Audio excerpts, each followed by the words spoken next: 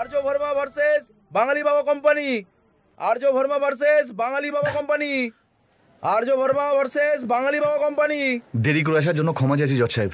নমস্কার। কোর্টের নিয়ম জানেন না? কে ইনি? লেট হলো কেন? সরি ইওর অনার, ইনি আমার ক্লায়েন্ট আর্য। ওই ভণ্ড বাবার বিভিন্ন স্থানে অ্যাড দেখে ওনার খুব ক্ষতি হয়েছে। উনি বলেছিলেন আগামী 60 দিনে আমার ক্লায়েন্টের ভাগ্য বদলাবে। তার জন্য এই সাধারণ লকেটটা আমার ক্লায়েন্টকে দেওয়া হয়েছিল। ভাগ্য তো বদলায়নি, বরং গত মাসে লাইটের বিল না দেওয়ার ফলে লাইনটাই কেটে দেওয়া হয়েছে। তার উপর আবার আমার ক্লায়েন্টকে উনি দিনে একবার খাওয়ার পরামর্শ দিয়েছেন। এতে আমার ক্লায়েন্টের যে শারীরিক এবং মানসিক ক্ষতি হয়েছে তার ক্ষতিপূরণ উনি দিকে এইটুকুই শুধু কোর্টের কাছে আবেদন। কোর্টে আজকাল অদ্ভুত সব কেস আসছে। প্রমাণের ভিত্তিতে কোর্ট আজ এই সিদ্ধান্তে এসেছে যে বাঙালি বাবা কোম্পানি যেন 13,000 টাকা ক্যাশ আর পোস্টাল চার্জ বাবদ 250 টাকা মিস্টার ভার্মাকে ফেরত দেন। আর আমি মিস্টার ভার্মাকে একটা পরামর্শ দেব যে উনি যেন তাবিজ বা মন্ত্রতন্ত্রের উপর ভরসা না করে নিজের পরিশ্রমের দিকে মনোযোগ দেন। থ্যাংক ইউ ইওর অনার, আপনি জাজমেন্টের সঙ্গে জ্ঞানটাও বেশ ভালোই দিলেন, আমি মনে রাখবো। Thank you sir. আরে তুই টাকাটা পেয়ে গেলে আমার ফিস দিয়ে দিবি। হ্যাঁ দিয়ে দেবো। আর্য বাবু, আপনাকে ভরসা করে খুব বড় ভুল করেছি। যা পয়সা ছিল সব হেরে গেছি। জাজকে বললে বুঝতেন কত ধানে কত চাল। আমি তো আমার দিক থেকে চেষ্টা করেছিলাম। বলুন এতে আমার কি দোষ? দোষ তো আপনার রাহু কেতুর। কি লোক রে ভাই। সময় পাল্টে গেছে, শনির দৃষ্টি আপনার উপর থেকে চলে গেছে। এখন সমস্ত গ্রহই আপনার পক্ষে।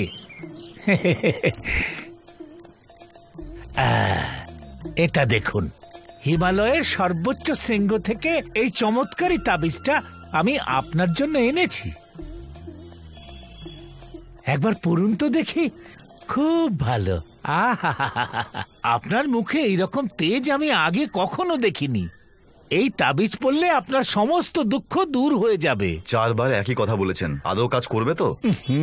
সব সময় অশুভ কথা। আরে ব্যবহার করে দেখুন না। ঠিক আছে। আরে শুনুন, বাজারে এটার দাম 25,000 টাকা। আপনি পুরনো কাস্টমার, 10,000 ডিসকাউন্ট। আর কোর্টে 13,000 টাকা মাইনাস করলে 2,000 পড়ে থাকে। আর সেটাও যদি দিতে না চান তো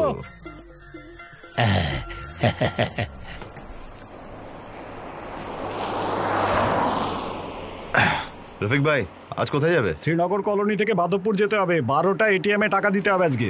আজ তো লটারিরও ফলাফল বেরোবে। আমার রাশিফল কি বলছে আজকে? কি বলবো ভাই, সমস্ত গ্রহের দশা আমাদের ওই রাজনৈতিক দলগুলোর মতো। যদি একদল সমর্থন করে তো আরেক দল তার বিরুদ্ধে কথা বলে। কে জানে কে কখন পাল্টি মারে। এইটা তোর রাশিফল। আজকে 3টা ভালো। এই 4টে 17 থেকে 4টে 22 লাভ যোগ। এরপর কাল যোগ। ওই সময় সর্বনাশ হয়ে যেতে পারে। হ্যাঁ, ভাগ্যরেখার ফেংসুই বলছে যদি সৌভাগ্য পেতে চাও তাহলে ফিল্ম স্টারের ঘরে জন্ম নাও। ওসব লটারিতে কিছু হবে না। এরপর তোর লটারি লাগুক কি না লাগুক, সুদ সমেত আমার টাকাটা শোধ করে দিবি, বুঝলি? হয়ে গেল তো।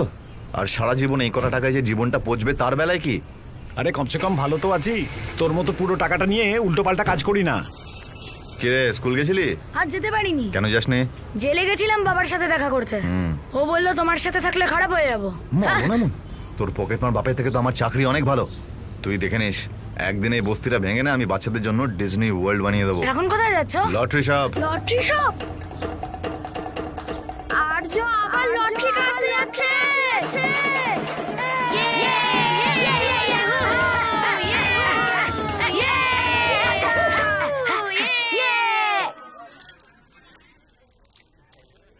তুই বল, আমি দেখছি। 99। ঠিক আছে, 99 63। হ্যাঁ 63। 4টে নম্বর মিলে গেল। প্রথম 4টে নম্বর সব টিকিটে একই হয়। নে তুই বল। 57। হ্যাঁ 57 4। আরে দূরতে তো পড়ে যাবে। দাঁড়া, সময় ভালো যাচ্ছে আমার। দেখো। আচ্ছা ঠিক আছে, বল। 1। হ্যাঁ হ্যাঁ আছে। 1 আছে। আরে শেষ নম্বরটা বল তাড়াতাড়ি। নাম্বার 8। নাম্বার 8। আরে বাহ, আরে তো তোর লটারি লেগে গেছে। লটারি লেগেছে লেগেছে লেগেছে। 15 টাকার জ্যাকপট লেগেছে। আরে 15 টাকার জ্যাকপট কনসোলেশন পেয়েছিস ভাই। খারাপ টাইম শুরু।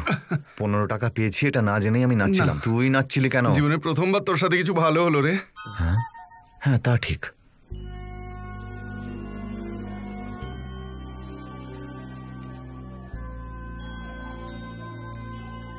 কপাল তো আমারও একদিন খুলবে, তখন 5 স্টারে নিয়ে গিয়ে চা খাওয়াবো। এই বলে তুমি অনেক টাকা দিয়ে দিয়ে নিয়েছো, সেগুলো কবে ফেরত দেবে? এই জন্মে না পরের জন্মে?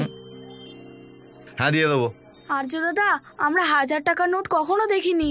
এই একটাই কথা বলে যাস, কি ছোট ভাবনা রে তোর। 4টের সময় এটিএম এ পৌঁছে যাস, 1000-এর বান্ডিল দেখিয়ে দেবো তোকে, ঠিক আছে? 10, 20, 30, 40। আরে বাবা কি করছো? এই খুচরো গোনা বন্ধ করবে? এই পয়সার আজকাল কোনো ভ্যালুই নেই। শোন, আমি যদি কোনো ভিকিরিকে 1 টাকা দিই না, সে সঙ্গে সঙ্গে সেটা নিয়ে নেবে, কিন্তু তোর ওই ফালতু লটারির টিকিট ভিকিরিও নেবে না, বুঝতে পেরেছিস? গরম গরম কফি খাও, মাথা ঠান্ডা রাখো। মামা টিফিন ওই এসেছে, 5টা মিনিট দাঁড়া। 30, 40, তোমার এই ছ্যাঁচড়ামোগুলোর জন্যই মনে হয় আমার কপালটাও খুলছে না। যখন বাড়ি থেকে বেরোই তখন তুমি খুচরো গোনো, যখন বাড়িতে ফিরি তখনও খুচরো গোনো। এত খুচরো পাও কোথা থেকে? ওরে কুলাঙ্গার, যদি মা লক্ষ্মীও তোর জন্য চেক লেখে না, সেটাও বাউন্স করে যাবে। মা গো, আমি সত্যিই জানি না তুমি কে। আমি শুধু এটুকু জানি আমাদের পরিবারকে রক্ষা করার দায়িত্ব তোমার। আমাদের এত গরিব বানালে কেন মা? একজনকে বড়লোক বানাতে। তুমি এই বাড়িতে টাকা পয়সায় ভরিয়ে দাও, আর এনার চোখটাও যেন খুলে যায়। আশীর্বাদ করো মা, আশীর্বাদ করো।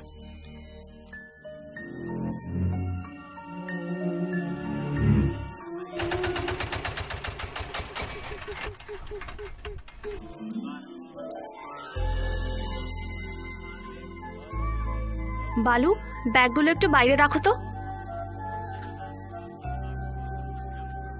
সাবধানে।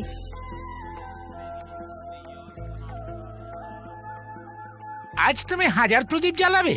হ্যাঁ ঠাকুর মশাই, মানত করা ছিল আমার। মা, তোমার মতন এরকম শ্রদ্ধা আমি কারোর মধ্যে দেখিনি। ভগবানের উপর অটুট বিশ্বাস তোমার, তুমি ভালো বর পাবে।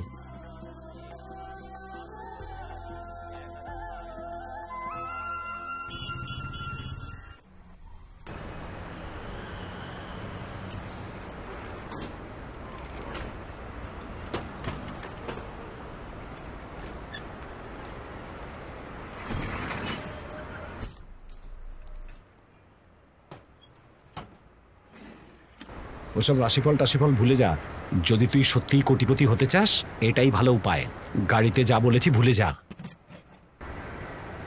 এ ভাই, তুই কি কোনো গ্যাংস্টারের সঙ্গে কথা বলে এসছিস যে আমাকে এরকম আইডিয়া দিচ্ছিস?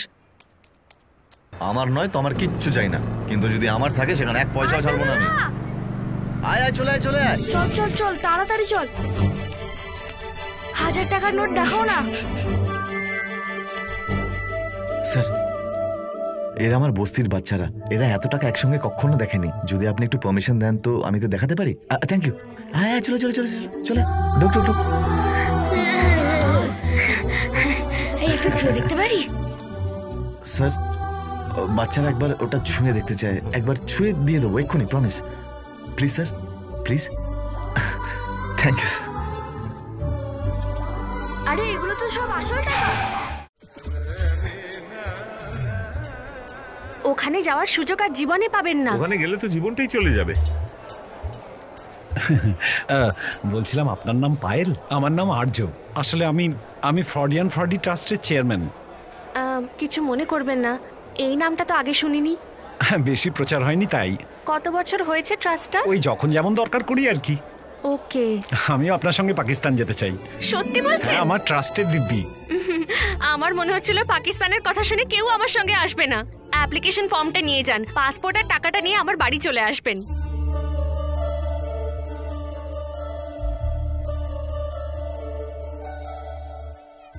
নে, যদি ধরা পড়ে যাই? আরে ভাই, আমাদের কুলদেবী তোমার সাথে আছে, তোমার কিচ্ছু হবে না। যাও বিন্দাস যাও। এই 1 মিনিট। ধর এদিকে আছে, এদিকে ধর ধর। হতে পারে না, হতে পারে না। এসব দিয়ে কি আর কাজ হবে? বাড়িতে কেউ আছেন? পায়েল ম্যাডাম? ও, আসুন আসুন আসুন, বসুন। আমি তো ভেবেছিলাম আপনি আসবেনই না। এই আমার পাসপোর্ট, এই নিন টাকা।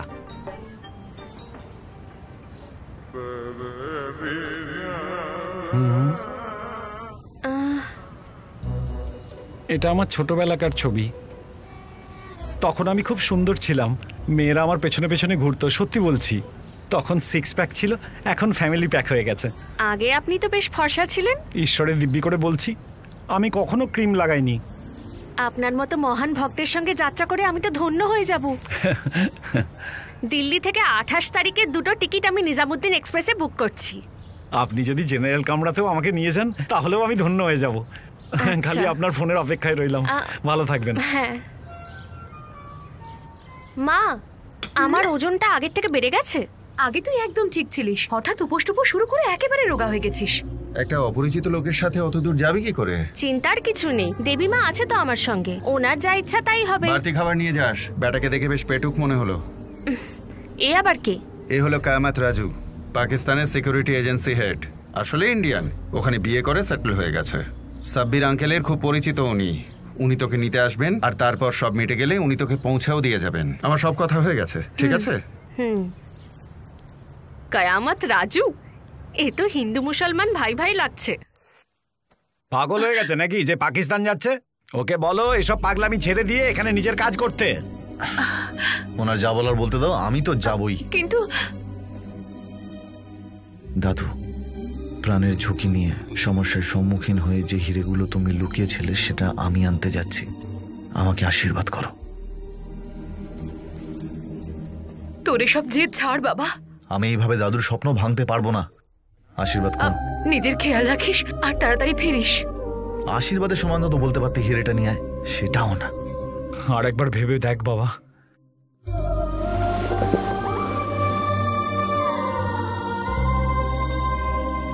চিন্তা করো না, যতক্ষণ তোমার দাদুর আশীর্বাদ আছে আমার কোনো ক্ষতি হবে না।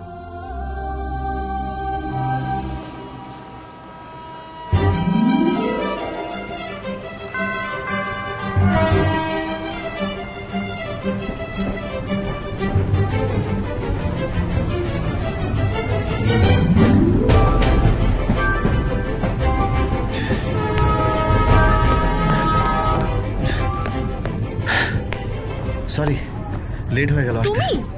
এমন করছো যেন প্রথমবার দেখছো আমায়। মোটেই না, তুমি আগে এটা বলো আমার সামনে আবার কেন এসেছো? চতুর্থবার। চতুর্থবার? তুমি তো ভগবানের খুব বড় ভক্ত, সব সময় তাদের ধ্যানে মগ্ন হয়ে থাকো। তুমি তো এটাও জানো না যে পৃথিবী কত দ্রুত গতিতে এগোচ্ছে। আমি আর্য, আর তুমি আমাকে তোমার সাথে পাকিস্তানে নিয়ে যাচ্ছ। তোমাকে নিয়ে যাওয়ার কথা ছিল না, আমাকে বোকা বানানোর চেষ্টা করো না। পৃথিবী ধ্বংসের দিকে কিন্তু অনেকটা এগিয়ে যাচ্ছে। এটাই তার উদাহরণ যে একটা মানুষ আরেক মানুষকে চিনতে পারছে না। এই দেখো না, এই চিঠিটা আমায় দিয়েছিলে, পাসপোর্টটা চেক করে নাও।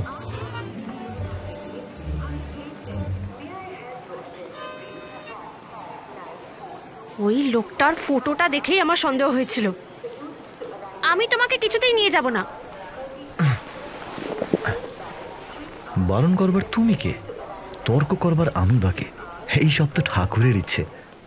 তাদের ইচ্ছে ছাড়া তো একটা পাতাও নড়ে না। তোমার মনের ইচ্ছা পূরণ করবার জন্য সেই তো আমায় পাঠিয়েছে, তাই না বলো? তুমি ভগবানের কথা বলে আমাকে কনফিউজ করছো। আমি কনফিউজ করছি না। আমার ভগবানের কাছে যাবার চোখটা তোমার হাতেই তো লেখা ছিল। ট্রেন আসছে, তাড়াতাড়ি ভাবো। মায়ের মনের ইচ্ছা পূরণ করবে না বলো? তা না হলে তার খারাপ লাগবে। হে ভগবান, আমি কার পাল্লায় পড়লাম? Welcome to Pakistan, the land of ধাম ধুম ধামাল। অধমের নাম কায়ামত রাজু। আমি তো সেই কখন এসেছি, নিজে রেডার দিয়ে তোমাদের চেক করছিলাম। রেডার দিয়ে চেক করছিলে কেন? কাছে আসলে কি আমরা খেয়ে নিতাম? আমি নিয়ে যেতে এসেছি, প্রশ্নের উত্তর দিতে নয়। ওকে? আচ্ছা, লাদেনের সঙ্গে সাক্ষাৎ হয়েছে নাকি কখনো? বিন লাদেনের ব্যাপারে আমি আমেরিকার এজেন্টদের বলেছিলাম।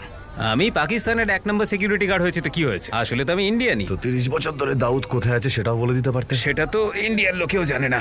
এই দাঁড়াও, এই ফ্রন্ট সিট স্পেশাল। তুই টপ ফ্লোরে বসবো? যাও পেছনে গিয়ে বসো, চান্স ইন্ডিয়াতে গিয়ে মারবে। যাও পেছনে যাও। আগে তোকে মারবো।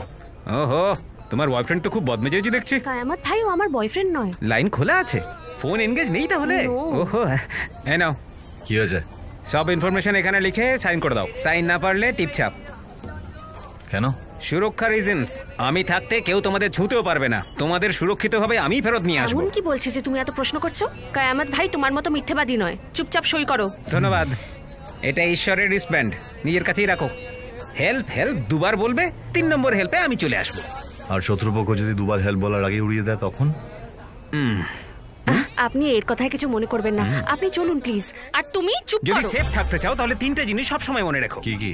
1 নম্বর, কখনো সত্যি বলবে না। 2 নম্বর, বোমের থেকে সাবধান। আর 3 নম্বর, স্পেশালি তোমার জন্য চোখরা, বেশি কথা বলবে না। এই 3টে কথাতে তো বোঝাই যাচ্ছে যে এই মিথ্যেবাদী যা খুশি করতে পারে। এটা খুবই ভয়ঙ্কর এরিয়া। এখানে সুলতানের সাম্রাজ্য চলে। আমার কথা মন দিয়ে শোনো, টিপটা খুলে ফেলো, ওড়নাটা মাথায় দাও আর মাথাটা নামিয়ে বসো। কেউ জিজ্ঞেস করলে বলো না আমি ভারত থেকে এসেছি। মরে যাবে, আমি তাড়াতাড়ি ফিরে আসবো। আচ্ছা, ওরা আমাদের ধরে ফেললে কি হবে? যা হবার তোর হবে না, আমার হবে। আর যদি ও ধরা পড়ে না, তাহলে আগে কিডনি বের করে নেবে, তারপর মাথাটাকে বল বানিয়ে খেলবে। গাড়ি থামা।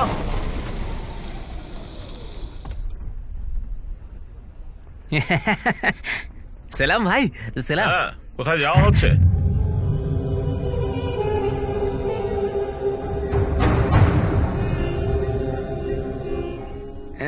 আসলে কতক্ষণ লাগবে? বাইরে কি করছিস? ভেতরে আরে আমার বন্ধু বন্ধু। আর এটা ভাইয়ের জন্য। সালাম। এই তুই চুপচাপ ভেতরে থাকতে পারতিস না? তোর জন্য 1000 টাকা বেশি দিতে হলো। চলে যাও এবার।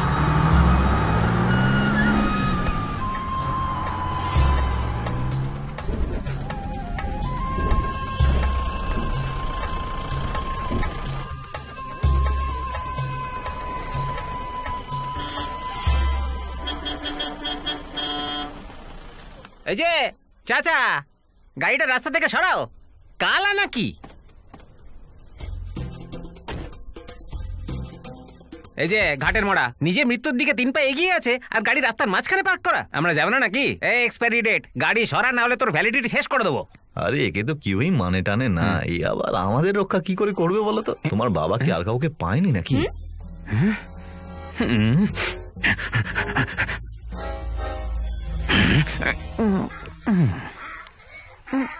কি হলো? না কিছু না, বসে পড়ো।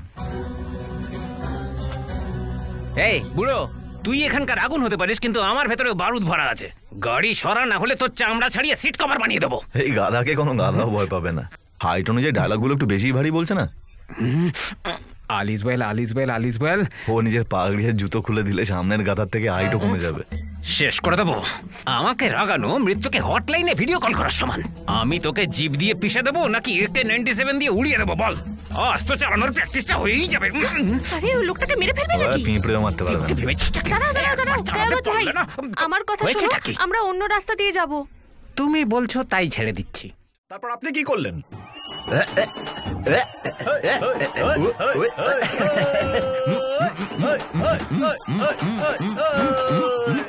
তুমি তো কামাল করে দিয়েছো ভাই। Thank you sir. বাবা আরজু, আজকাল তো ক্রিকেটাররা আর পলিটিশিয়ানরা এই সব সময় টিভির পর্দা জুড়ে আছে। তোমায় টিভিতে দেখে আমার মন ভরে গেছে। আজ আমি তোমার বাড়ির সামনে কল লাগানোর এদের সবার সামনে প্রতিজ্ঞা করছি।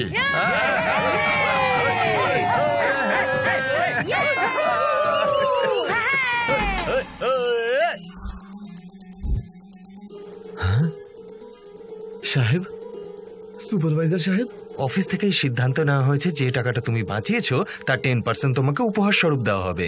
বলছি ভাই, আমাকে 1 লাখ টাকা ধার দেবে? কি? কেন ধার দেব? গুন্ডাগুলোকে আমি ধরেছি, এটা আমার পরিশ্রমের ফল।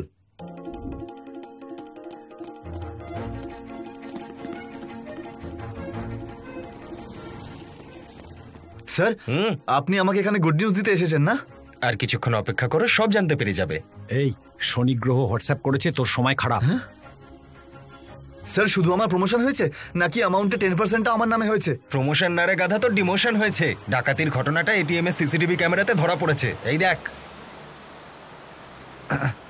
এই সরো সরো, হাওয়া আসতে দাও। যদি নিজের কাজের প্রতি খেয়াল রাখতিস তাহলে এই ঘটনা ঘটতো না। জ্ঞান দিও না আমাকে, প্রমোশনের ব্যাপারে বলো। সত্যিটা বললে তুই নিতে পারবি না। ব্যাংক আমাদের সিকিউরিটি কোম্পানিকে ওয়ার্নিং দিয়ে ছেড়ে দিয়েছে। কপাল ভালো তোর চাকরি যায়নি। কি নোংরা জায়গা রে ভাই, কে জানে এখানে কেন নিয়ে এলো? রাস্তা ফাস্তা হারিয়ে ফেললো না তো? আজ থেকে তোর ডিউটি এখানেই থাকবে। এখানে? এখানে কোন গুপ্তধন লুকিয়ে আছে? ওসব ছাড়, এখন থেকে তুই তোর এরিয়ার বাচ্চাদের ডেকে এখানে খেলাধুলো করবি। এখানে কোনো ক্যামেরা নেই।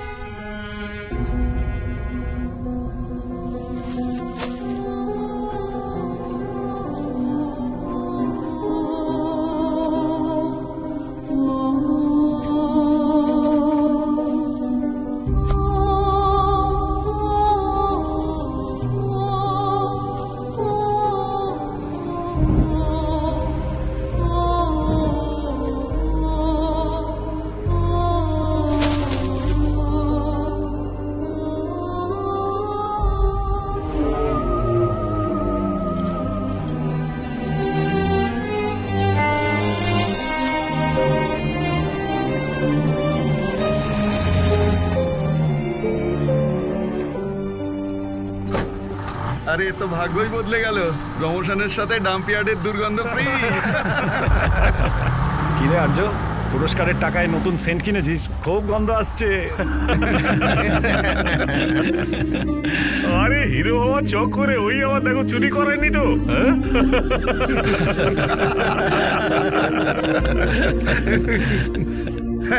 বাবাজির তাবিজ পড়ে এটা করে খেল দেখে দিল।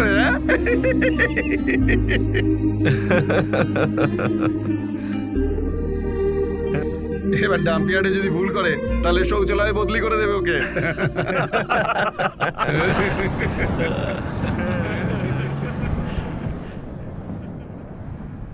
সিকিউরিটি এজেন্সি ডাকাতির এনকোয়ারি শুরু করে দিয়েছে। সিসিটিভি ক্যামেরার ফুটেজ থেকে জানা যাচ্ছে সিকিউরিটি গার্ড আরজোর গাফিলতির কারণেই এই ঘটনাটি ঘটেছে। দোষীদের গ্রেফতার করা এই দেখো এসে গেছে। নিজে তো বদনাম হলোই, সাথে আমাদের বস্তির সম্মান পুরো ধুলোয় মিশিয়ে দিল। এইসব লোককে ঘাড় ধাক্কা দিয়ে এলাকা থেকে বের করে দেওয়া উচিত।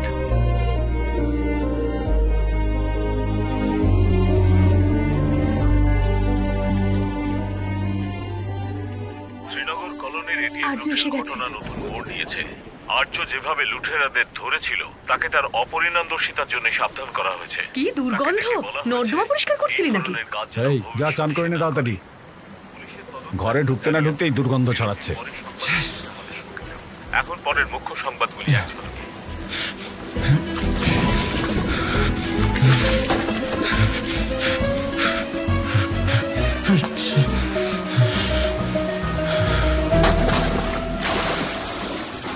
এখনো গন্ধ বেরোচ্ছে।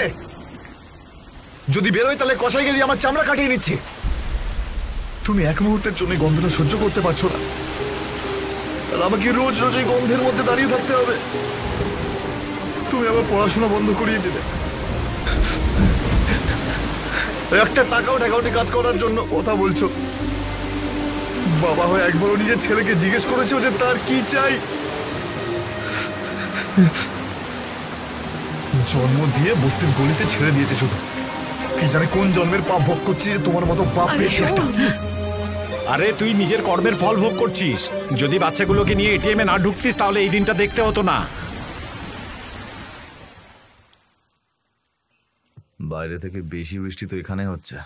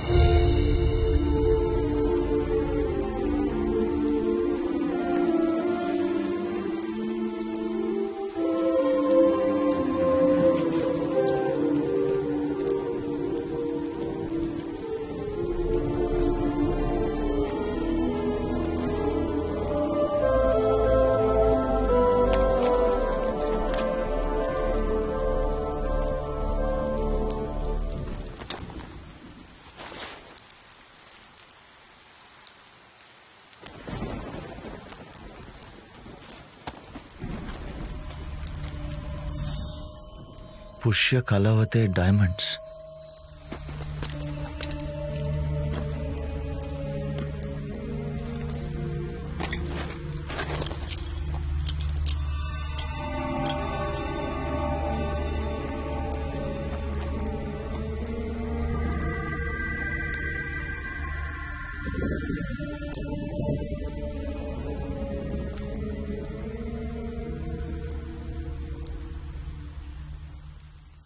আমি সত্যনারায়ণ ভার্মা। এই দলিল অনুযায়ী আমার সমস্ত সম্পত্তি আমার পুত্র নরেন্দ্র ভার্মাকে আমি দিয়ে গেলাম। বর্তমানে আমার স্থাবর অস্থাবর সম্পত্তি কিছুই নেই। কোন রকমে 900টি হিরে আমি রক্ষা করতে পেরেছি। আজ 1947-এ এর আনুমানিক মূল্য 60 লক্ষ টাকা। এই হিরেগুলির উপরে আমার পুত্র এবং তার বংশধরদেরই অধিকার থাকবে।